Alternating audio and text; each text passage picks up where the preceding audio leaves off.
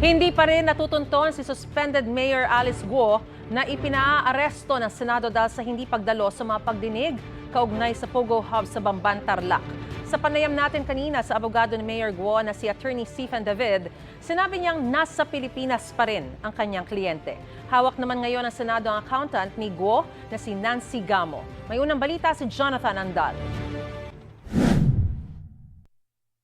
Nakakulong na sa Senado si Nancy Gamo, ang accountant ni suspended Bamban Tarlac Mayor Alice Guo. Nahuli siya ng Senate OSAA o Office of Sergeant at Arms sa kanyang address sa Caloocan City. Siya pa lang ang nahuli sa 8 ipinaaresto ng Senado na nang isnab sa mga pagdinig kaugnay sa Pogo. Si Guo hindi nadatnan sa kanyang farm sa Bamban. Ang mga kapatid niya hindi rin nakita sa nakalista nilang address sa isang pabrika ng tela sa Valenzuela.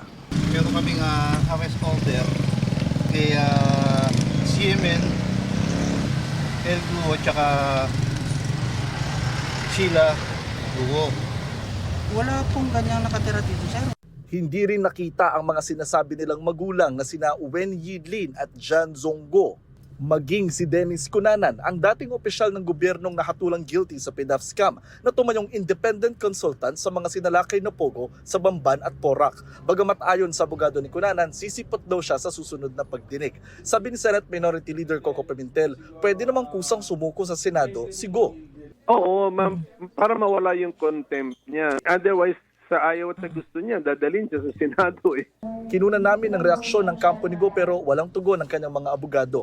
May petisyon sa Korte Suprema ang kampo ni Guo para pigilan ang Senado na imbitahan siya sa mga pagdinig.